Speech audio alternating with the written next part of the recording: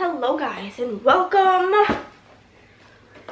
to another video on my channel. This is the first book talk book. I need my phone so I need my Goodreads. Which my Goodreads is always linked down below, as well as my book of the month referral. If you guys do use that, I do get a credit, just so you guys know. Like, I love you forever. But I did get through quite a bit of books in the month of December, which is actually shocking because I was super duper duper busy. But I'm gonna pull up Goodreads and we're gonna get into it. I did just set my Goodreads challenge of 100 books for this year, which I think I can do it because I can read most books I read in 2 days. Like, I started a book yesterday night and I'm already like 86% done with it. So wait till we get to that because that one's real good. But we are going to, let me resort this. No. Yes, date updated. Okay. So the first book I read this holiday season was Blame It on the Mistletoe by Beth Garrod. If you guys haven't seen one of these books before, I'll start out just by showing you the book, telling you my blank out of 5-star rating, and then once we go through everything, I will go through each book in more detail. So this was the first book I read and I gave it a 2 out of 5. Then I read A Plum Pudding Murder by Joanne Fluke and I gave this one a 4. Then I read Just Like Magic by Sarah Hoggle. This I gave a 3. Then I read, where are you? A Season of Second Chances by Jenny Bayliss. And this one I gave a 5 out of 5, which is rare. I read In a Holidaze by Christina Lauren, which we gave this one a 4 out of 5. I'm like stacking them by like their rating so I can tell you guys in detail like worst to best. Then I read Christmas as We Know It. Where are you? Here it is. Christmas as We Know It by Sarah Sutton. This one I gave a 4. Then I read There's Something About Mary by Cody Hall. I gave this one a 5. A Princess for Christmas by Ginny Holiday. This one got a 4. Santa, Please Bring Me a Boyfriend. I actually DNF'd this book, so there's that. All I Want for Christmas by Wendy Logia. This one I gave a 2. The Holiday Swap by Maggie Knox. I gave a 4. And then finally, New Year's Kiss by Lee Matthews. I almost said Matthew Lee. This one I gave a 3. So we will start with the book that I DNF'd, and that would be this book here by Sophie Renaud, Santa Please Bring Me a Boyfriend. The premise of this book was that there was this girl, Rowan, and her friends basically were making her an advent calendar to try to like make her practice some self-love, maybe like, you know, find real love, whatever. But instead of it being a traditional advent calendar, each day the delivery guy would drop something off.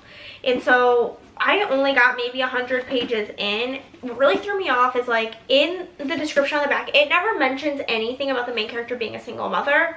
But then that's like a part of the book. So I'm like, who is this kid? Who has a child? And like the girl is old, like a teenager. So that was very odd. Didn't like that.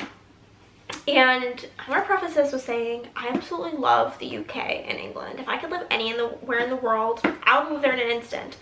But this book, I feel like the author was trying to put every single British phrase she possibly could into every sentence. And as somebody who is not British, I found it hard to follow.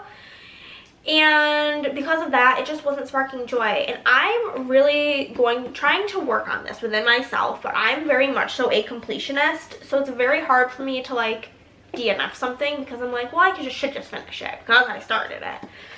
But the point of reading for fun is for it to be fun. So if it's not sparking joy, then why am I going to continue reading it? So because of that, I DNF'd this book after like 100 pages. If you have read it though, let me know if you liked it. If you thought it was good and it gets better, then maybe I will retry it in the new year. But I don't think it has like a fantastic rating on Goodreads. It's a 3.8. And yeah, I just was not a fan. So the next book that I really did not like was this one, Blame It on the Mistletoe by Beth G. Gerard, who knows. So this was about two girls, Elle and Holly, and Elle is like a social media star, and Holly lives in the UK, and she is obsessed with Christmas. And Elle is trying to grow her social media for some sort of challenge, and she wants to like switch places with one of her followers or switch homes for the holidays. And so Holly messages her, and it turns out like their parents are longtime friends because Elle's mom is from the UK. Blah blah blah. They end up switching places, and it is like a high school romance, which already is kind of like I don't know, it's not as promising for me in general. But it was just very cringy with like hashtag dream life, hashtag this, hashtag that, at the real whatever. Like it was very like really pushing the social media aspect. It's like, oh, I got this comment from Too Blessed to Be Stressed XX. Like, it was just, like, not the vibes. So I really did not enjoy it at all. Would not recommend. Now I have a stack here of my 3 stars. We'll start with Just Like Magic. This one was about a gal named Betty, and she is kind of the black sheep of the family. Everybody in her family is, like, rich and successful, except for her. She lost all of her money. She was rich like her family, but like she invested wrong, and she lost all of her money, lost her social media following, all of this stuff. She's squatting in a house. Her family doesn't know, and they're getting ready for Christmas, and it's like this corny thing where it's like the holiday spirit appears if you play Mariah Carey's All I Want for Christmas on a vinyl record backwards under these conditions. So this the holiday spirit arrives, and he has the personality of Buddy the Elf, where he just doesn't understand what's appropriate, is obsessed with Christmas, is just being a weirdo. And I hate the movie Elf, which I know, don't kill me, but I'm just not a fan. And so this this book gave me a lot of like Buddy the Elf vibes, which I wasn't obsessed with. And at the end, he's basically trying to help Betty get her holiday spirit back. And then as she's getting it back, he's like, you're getting really close, and once you reach your holiday spirit, like, I'm gonna disappear. But then they start falling in love with each other, but then she gains her holiday spirit back, so he disappears. And then she does some other weird thing that invokes like the New Year's spirit or something, and she gets to make a wish. And she like wishes for him to come back. And like first he appears in the mirrors, and then he's like a ghost, and eventually he appears and they live happily ever after. I don't know. It was not a vibe. This book is A New Year Kiss by Lee Matthews. This I gave a 3. It was another high school romance. It was kind of just fine. It was about this gal Tess, and her sister Lauren are going to go stay at their family's like ski resort where their grandma is. Their parents are in the middle of getting a divorce, and they send them there during the holidays or during New Year's right after Christmas. They shipped them off. Lauren's kind of like the older, too cool for school sister, and Tess is like a goody two shoes. And Tess befriends this guy Christopher, and since she's a goody two shoes, she wants to make a bucket list of like things she's gonna do before New Year's. So they make it together, and then they work together to complete it. Christopher has a broken leg, and he's like, yeah, like one of the employees here like pushed me down, and this is what happened. And him and his family are suing her family's resort. When she finds that out, she's like, oh my god, you're trying to bankrupt my family, what is wrong with you? And then right before New Year's, they like reconcile and kiss, and it's a happily ever after moment. So it's like cute, but like I wouldn't go out of my way to recommend it. Same with this one. These are both by the same publisher, and they're both like really small books. This is All I Want for Christmas by Wendy Lagoya. This one's about a girl named Bailey, and she lives for Christmas. She is just Christmas everything, loves it. And she works at a bookstore, and all she wants is somebody to kiss under the mistletoe. And she's positive it's not this guy Jacob. It can't be Jacob. Jacob comes into the bookstore to get some books and then doesn't have his wallet. She's annoyed by that, and she ends up at a party and ends up meeting this other guy. What's his name? Charlie. And her and Charlie are going on these dates. He's kind of like just disappearing and reappearing, very like spacey. And essentially she ends up like with Jacob. It was like, there's not really much to say about it. It was just fine. Then we had 5 books in my 4 out of 5 would recommend category. For me, I have this in my notes. I'll read it to you really quick about how I base my ratings. I have this for my book club that I'm in, which we'll go over which book was book club book. Basically 5 stars. It's like God tier, one of the best books I've read. Everybody should give it a shot. 4 is it was really good. I enjoyed it. Would recommend. 3 is I liked it, but like I wouldn't tell anybody to go read it. 2 is I'm not really a fan, but I can see why other people may like it. And 1 is just terrible. Nobody should read the book. So first up here we have The Holiday Swap by Maggie Knox. This one is about twin sisters, Charlie and Cass. And Charlie, I'm trying to make sure I have which one's which. Yes. Charlie is a host of a like baking competition on TV, and Cass works at her family's bakery back in their mountain hometown, which is a couple of hours away from LA. On set, Charlie and I don't remember the guy's name, Austin maybe? We're gonna go with that. Charlie and Austin are competing, like they're both the hosts of the baking show, but at the end of this season, the show's gonna be like canceled basically, and they're doing a spinoff, but only one of them is gonna get to host it. And they're gonna decide based on like the reviews of this season of their baking show. And so on set, one of the first days of filming, something happens and a bunch of pots and pans fall on Charlie. She goes unconscious, goes to the hospital where she's treated by this handsome PA named Miguel. And he basically tells her she has a concussion, you should like lay low. She's like, nah, I'm fine, I gotta work. And he's like, okay, well if anything gets worse, it's just a minor concussion, like please come back. She doesn't tell him that she has lost her sense of taste and smell. She does tell her like assistant slash makeup artist slash friend, and she calls her sister and is like, listen girl, we need to switch places. Remember how we used to do this when we were kids? Well, let's do it again, because I need to win this so that I can get my own show. Cass is reluctant but agrees. Charlie knows how to run the bakery, whatever. Charlie gets there and she starts to fall for Jake, who is like a firefighter in town. He doesn't know that they switched, so he thinks it's Cass the whole time. And then Cass goes to LA and does the show, and she starts to fall for Miguel, who thinks that she's actually Charlie, and it's this whole thing. And then everything's going wrong at the bakery because Charlie's concussion has her all messed up, and she's just messing things up, and people are like, girl, what's going on? Why are you terrible at this job? And she's trying to like bring the bakery up to like the modern century, getting them on social media, doing live streams at the bakery. And Cass is back in LA struggling. She's like, how is my sister baking in like high heels and these fruit-frilly dresses? This is so stupid. And basically, Cass, who's pretending to be Charlie, overhears the like producer of the show talking to Austin, being like, yeah, like you are basically telling him he already got the new show and that like he's had it since before they even started filming.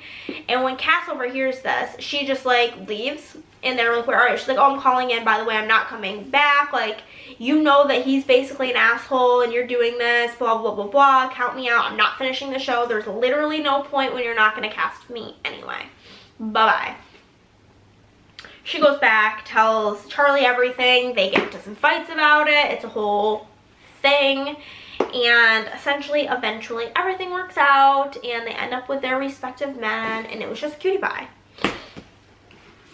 A Princess for Christmas. This was by Ginny Holiday. This is about a guy named Leo, and his parents passed away in some sort of accident. He's a cab driver in the Bronx, and he has a little sister, Gabby, that he's like the guardian of. They're driving when they see like a girl in a big dress like trying to hail a cab. He's off duty, but he pulls over and is like, what do you need? And her name is Marie. She's a princess, and he drives her to the party she's going to. Her mother had died, and her dad's kind of like an asshole basically now, ever since her mom died, which like I get. And so he drives her, picks her up, and she basically is going to pay him an outrageous amount of money to be her personal driver while she is in the city, which is only for a week or so. He does it, and like they quickly fall for each other, but like it can't be because he's a cab driver in the Bronx and she's a princess. So she's getting ready to leave. He drops her off. He drives home. He keeps thinking about her. He's about to go leave to go like tell her like, no, don't go. But he opens the door and she's there, and she invites him and his sister to come back to Eldovia, which reminds me of that stupid Princess Switch movie, because I think that's Eldovia with an A and this is Eldovia with an E.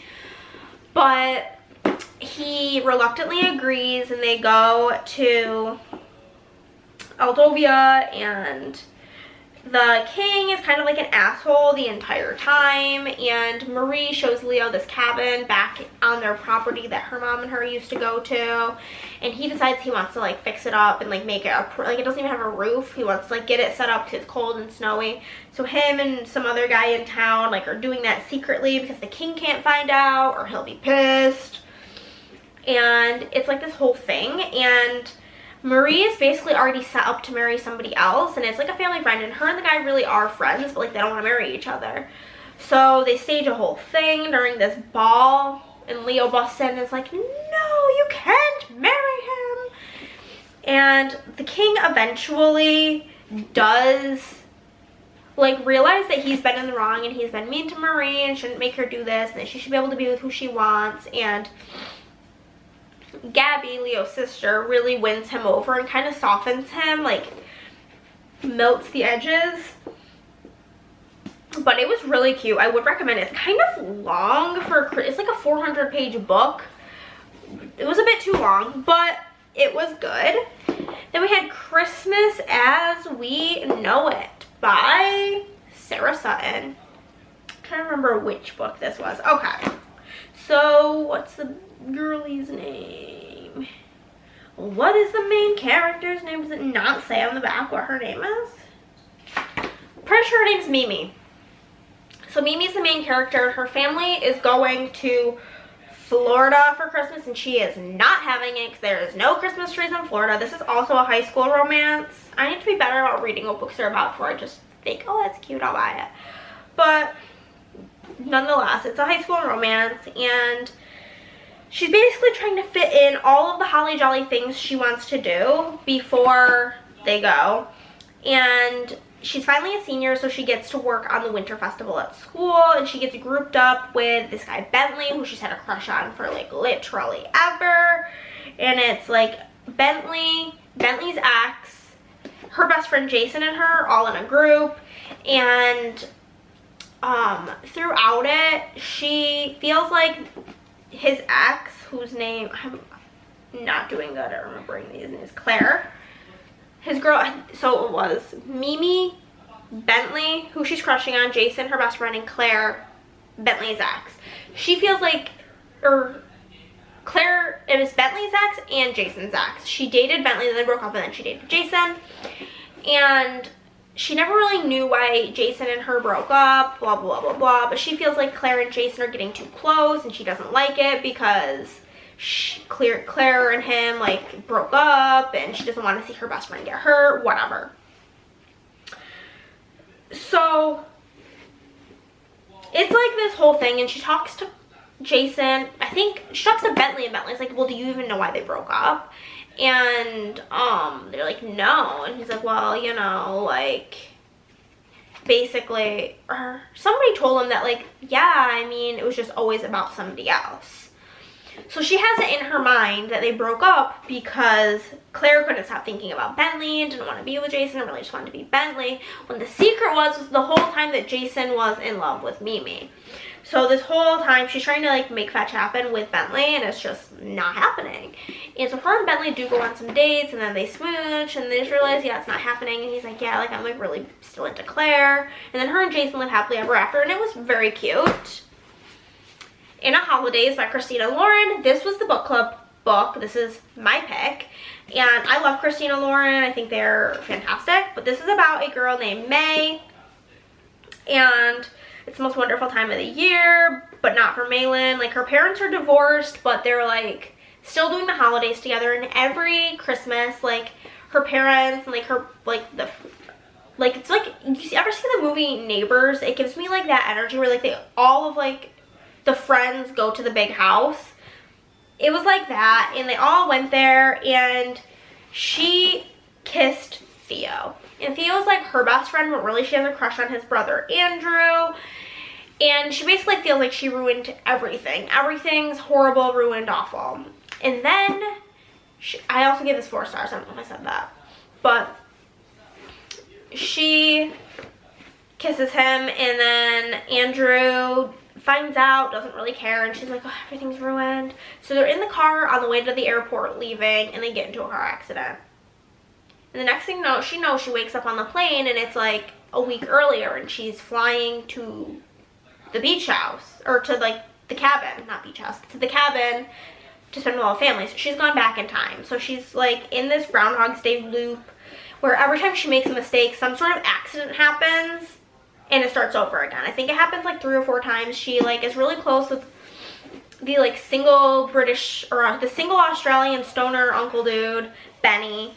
And she confides in him on what's happening. And she's like, tell me something that I wouldn't otherwise know, so when it happens again, I can tell you. And so that ends up working, and he like believes her. And she has a couple of close calls, this, that, and the other thing. And eventually, she realizes she needs to stop doing what everybody expects her to do. She calls her job, quits.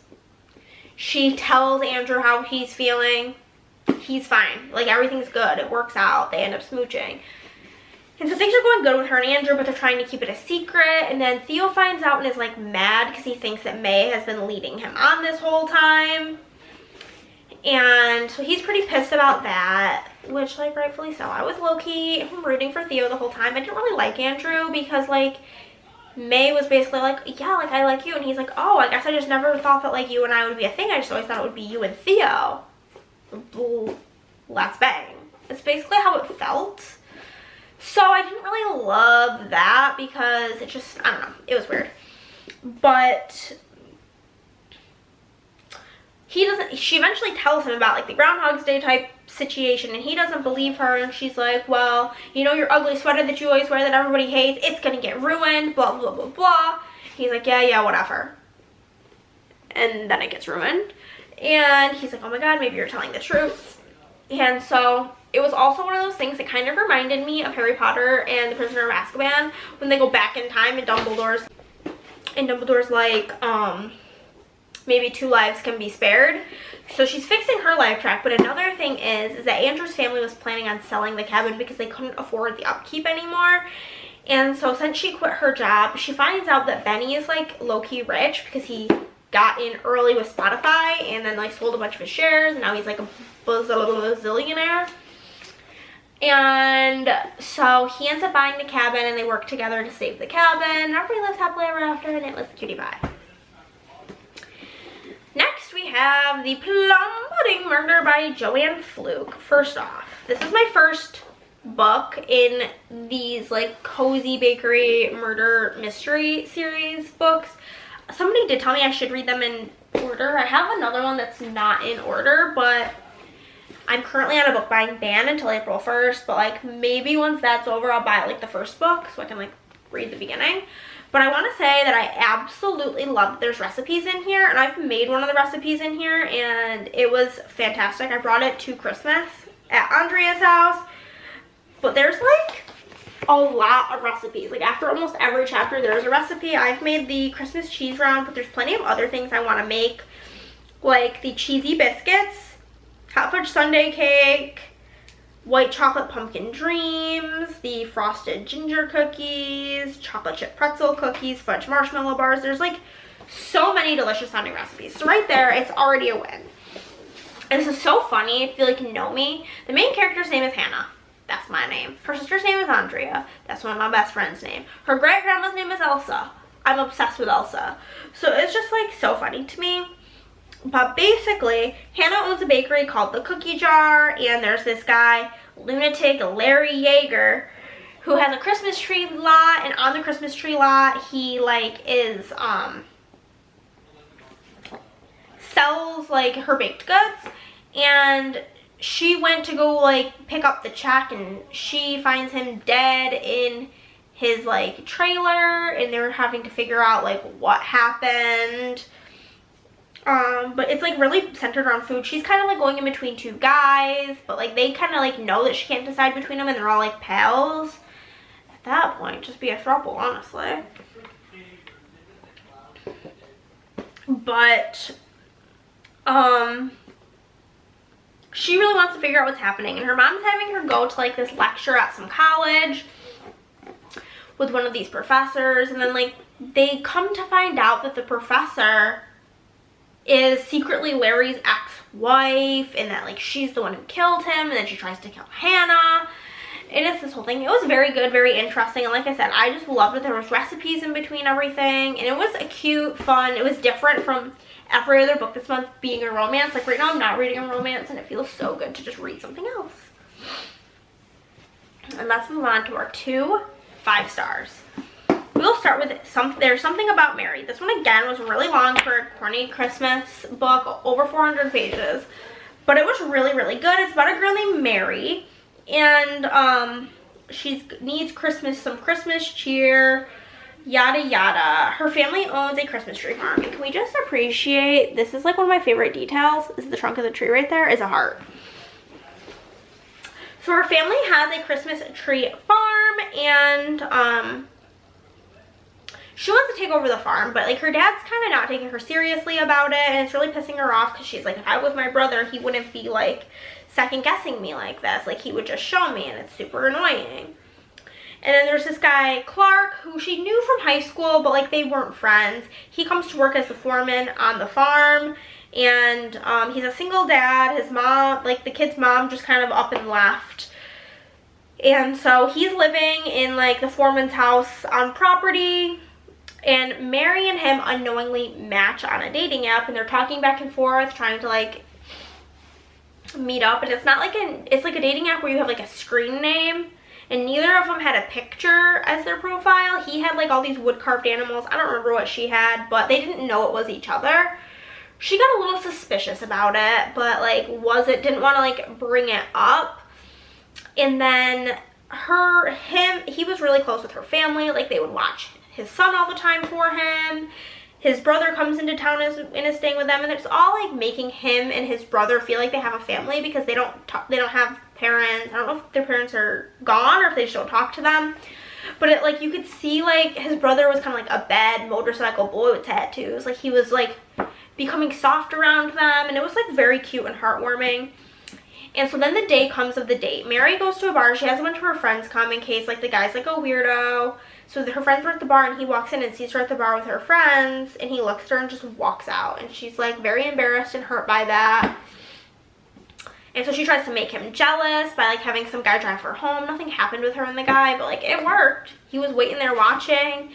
And he basically eventually comes to her and is like, listen, like it wasn't, I thought you were making fun of me because you had all of your friends there. I thought you must have figured out that it was me, and you were just like making fun of me and this, that, and the other thing. And then like I didn't know what to do, so I went outside to think, and then you laughed. And she's like, you're an idiot. And then they go on dates, and like she's helping him with his son, and then his baby mama mysteriously like appears, and there's a whole side story with her, which is very endearing. Overall, this was phenomenal. I really enjoyed that. And I think my favorite of all is A Season of Second Chances by Jenny Bayliss. This book was less romance, as like than I was expecting. Like, there was romance, but it was more so about friendship and like healing, which I really enjoyed. So it is about Annie, and she is married. Her and her husband have 2 grown twin sons, and they run a bunch of restaurants together. And she has kind of known throughout the years that her husband has been unfaithful. And then one day she walks into one of the restaurants and sees him banging out one of the waitresses. And she's like, okay, like, I've had enough. Like, I've walked in on this. Like, no. So she goes and stays at a hotel, and she like befriends some of the workers there, and like, you know, she screamed at one of the workers, and she's like, I'm sorry, my life is falling apart. And then they kind of become friends. And then she sees an ad in a newspaper. This was also, I think, British, because they have like, it was, she becomes like a, what is it, a guardian, like a home guardian. That's something I hadn't heard of, so I'm assuming that might be a UK thing. I don't know. But this like 90-year-old woman hires her to come like take care of her home in Willow Bay for the winter, because they have harsh winters there because it's by the water. And she's gonna go stay like more inland with one of her friends, but she'll be back in the spring. And she's like, okay, cool. And in the house, there's kind of like a small cafe attached to it. And she's like, yeah, if you want to open the window and sell like hot cocoa, that's fine, but you have to supply it. But whatever you make is yours. That's up to you. She's like, sometimes I do, sometimes I don't. Doesn't matter. And she's like, oh, it looks like this is like a whole like cafe. She's like, yeah, it used to be, but like I'm too old. It's too much work. So she starts making friends with the other people in town. It's a very small town. And she actually starts a book club with a few of the girls, and then the friend that she made at the hotel. They have this book club, which instead of it being like about books, it's more so like just girls being girls, having girl chat, and just like being friends, which was like really endearing and like made my heart feel full. However, the woman who owns the house has like a crotchety grandson whose name I obviously don't remember because I suck. Billy does not sound right. I think he's the kid who was working with her. John. John is the crotchety son who like, he basically wants his grandmother to sell the property to like these developers, and nobody in town wants them to do that because they don't want like developers coming in and ruining their like small quaint town. And it's like this whole drama. And Andy's like, listen, like I know I'm just here for now. She ends up like opening up the cafe and like redoing it, and he's like, I don't know why you're wasting our time, this is only until the spring. And she's like, yeah, that's fine, but like I need something to do, and like this is something I'm doing for me.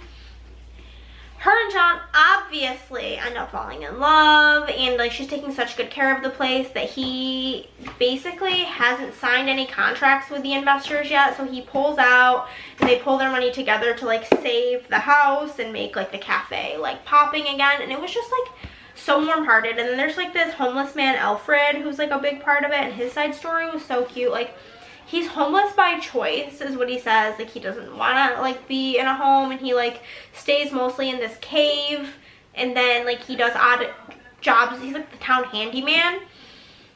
And the woman who owned the house, she would allow him like during like really windy or rainy nights when like the tide would come in or something, he would come sleep in the cafe. And so Annie ended up getting a cot, and she would place out a dinner for him every night, even though like he was too proud to like ask for help. But he always would like eat it and wash his dishes, and it was just like really cute and really sweet. And then there's like a side story with him and John. And basically it was great, and I highly, highly, highly recommend. These are my 2 high recommends for, I mean, I guess it's kind of useless now that Christmas is over, but put these on your TBR for Christmas next year. But that is it, guys. That is all the books that I've read over the last month-ish. If you guys liked this video, give it a thumbs up. If you do not, then we'll give it a thumbs down, because either way you're helping out my channel. Comment down below, subscribe if you haven't already, and I'll see you in the next one. Bye, guys!